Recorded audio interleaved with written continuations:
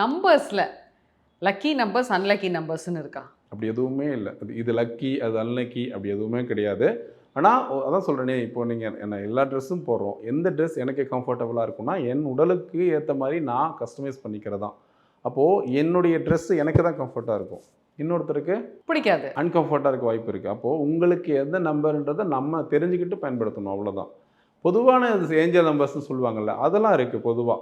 இப்போ பொதுவாவே வந்து பார்த்தீங்கன்னா, இப்போ நம்ம சொல்லுவோம் 111, 222, 666 இதெல்லாம் வந்து ஏஞ்சல் நம்பர்ஸ்ன்னு சொல்லலாங்க.